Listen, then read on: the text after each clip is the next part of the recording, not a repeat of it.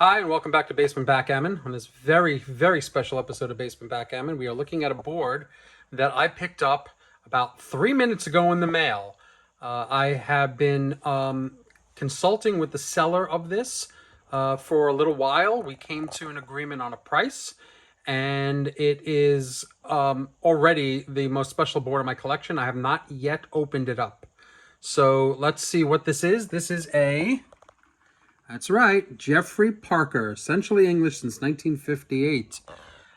This is a Geoffrey Parker board, a real competition size, I think they call it championship size, 1.75-inch checkers board. It is handcrafted in England by Geoffrey Parker. Leather makers, they use real leather on the outside. This is a green leather board. It's got a beautiful leather handle, very substantial handle. If you take a look at next to my hand, you can see how thick it is.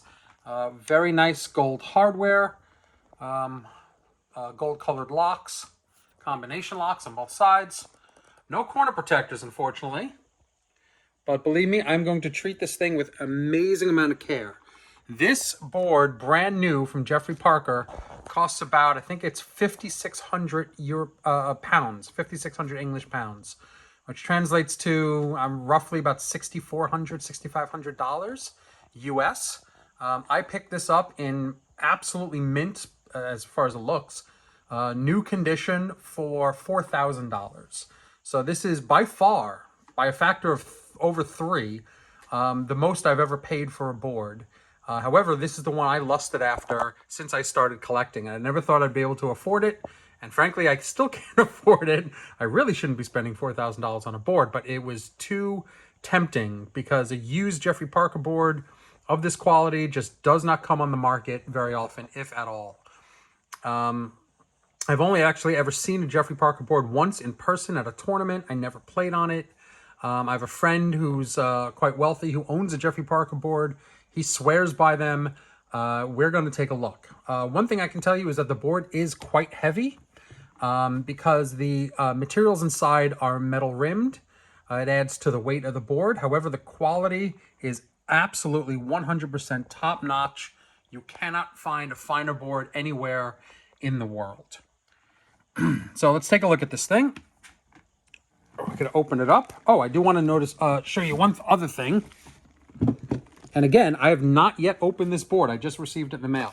You can see that the bottom do not have exposed hinges. There is some flat hinges being used here. I cannot feel them. There is a little bit of bump on the bottom, but it doesn't interfere with how the board sits. So the board sits flat, which is a really nice bonus for the board. Let's open these up. This one on this side seems to be a little stuck, so I'm just gonna, there you go, give it a little help. And let's take a look. Oh yeah, there it is. Geoffrey Parker, championship backgammon since, what does that say? 1961. Beautiful. All right, I'm going to put this, well, actually I'm just gonna turn it this way. There we go. All right, so what comes with this board? Let's see, we have instructions on how to use the locks. There is a wide leather bar here with the logo, Geoffrey Parker, that you saw before. This board is green and mustard in color. It's got an off-white field. It's very much of a beige field. It's got 2 circular leather cup dice shakers. It has a leather and metal, or probably brass, shined brass, but some sort of metal cube. And you can see that the metal accents the gold, the gold coloring on the cube. This is all leather sides in standard configuration. And then there are leather and metal rimmed checkers, which match the leather on the points, as you can see here. These are nicely weighted. They're not too heavy. They're not light at all, but they're not too heavy. I've seen ones that are very heavy. This has a nice heft to it. And what I do like is that the metal is not all the way across. It doesn't cover the color. It's just rimmed on the outside. so that when you put it in the checker holder, you can see which colors are which, whereas fully chromed or metal rimmed checkers, you can't see the color, you can only see it from the side. So this is quite nice. As you can see here, given the quality of Geoffrey Parker, there is a very small seam here, but it's almost invisible. You can hardly see it. You can see it on camera. You can barely see it by the naked eye. Very beautifully done checkers. We're going to get to those in just a second. First, I want to show you the field. The field is all leather.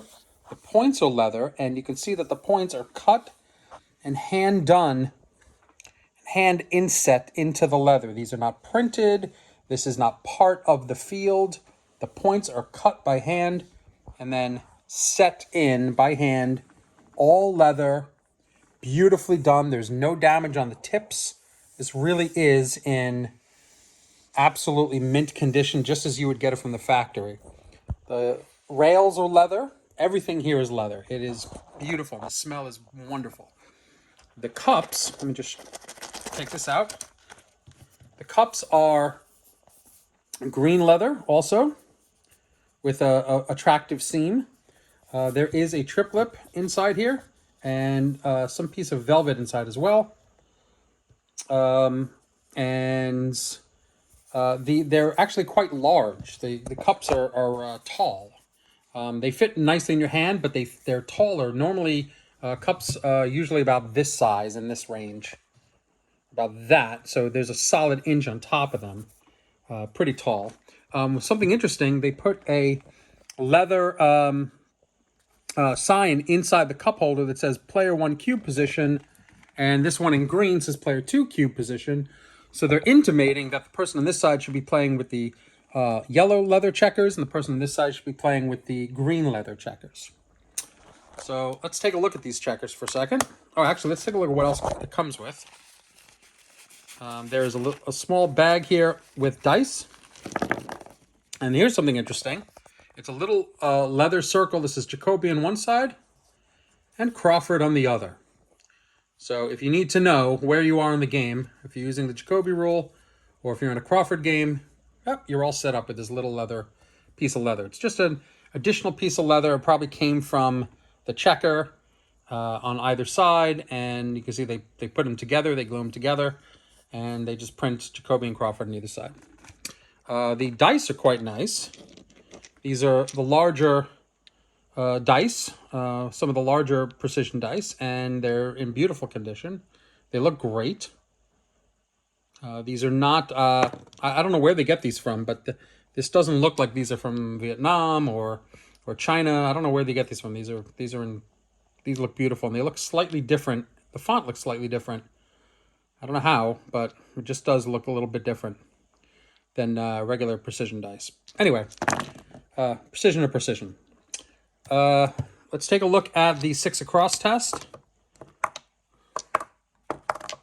I would suspect this is very, very well engineered. Of course it is. As you can see, these boards were made for backgammon players. Just a perfect amount of slop here. And if you're going across,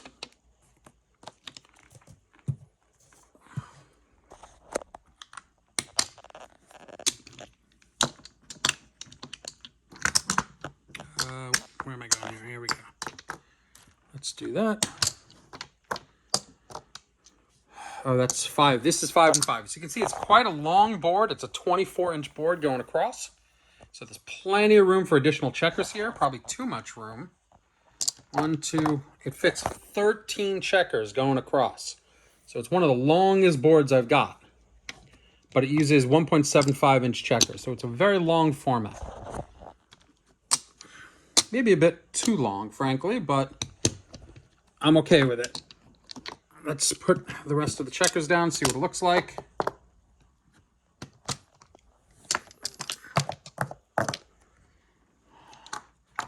This whole thing just smacks of, I don't know, just class and wealth, and I don't know, the whole thing is just, what an experience this is just to open this. Oh, and the cube, if you look over here, says, what does it say here? Doubling cube, not in play. So it's actually printed inside there as well. So when it's not in play, that's where you put it, just in case you needed to know. The cube is quite large.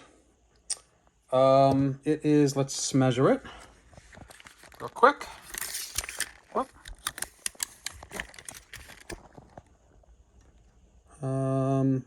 Almost 1 3/4. No, it is. It's 1 3/4 cube. So it's quite a large cube. In case you need to know where you're at. However, it doesn't sit particularly well in the bar. The bar is quite thin, considering size. This is kind of the only downside. I wish this was a larger bar. However, the bar is flat. Again, they use some sort of flat hinge technology, which is really great. It's flat all the way across. But this is where you'd want the cube, and then when you offer it, you would put it in the positions indicated in the cup holders. Let's see. Let's do some dice rolling, see how it sounds. Hear that hollow sound? Oh, that's beautiful. Oh my gosh. 6, 1. Beautiful. What a great starting roll for this board. Guys, I can't tell you how happy I am about this board.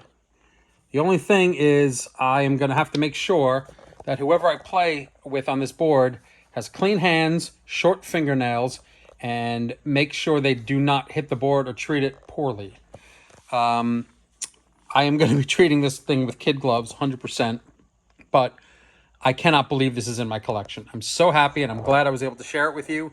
I hope you like it. Like and subscribe if you want to see more. Thanks.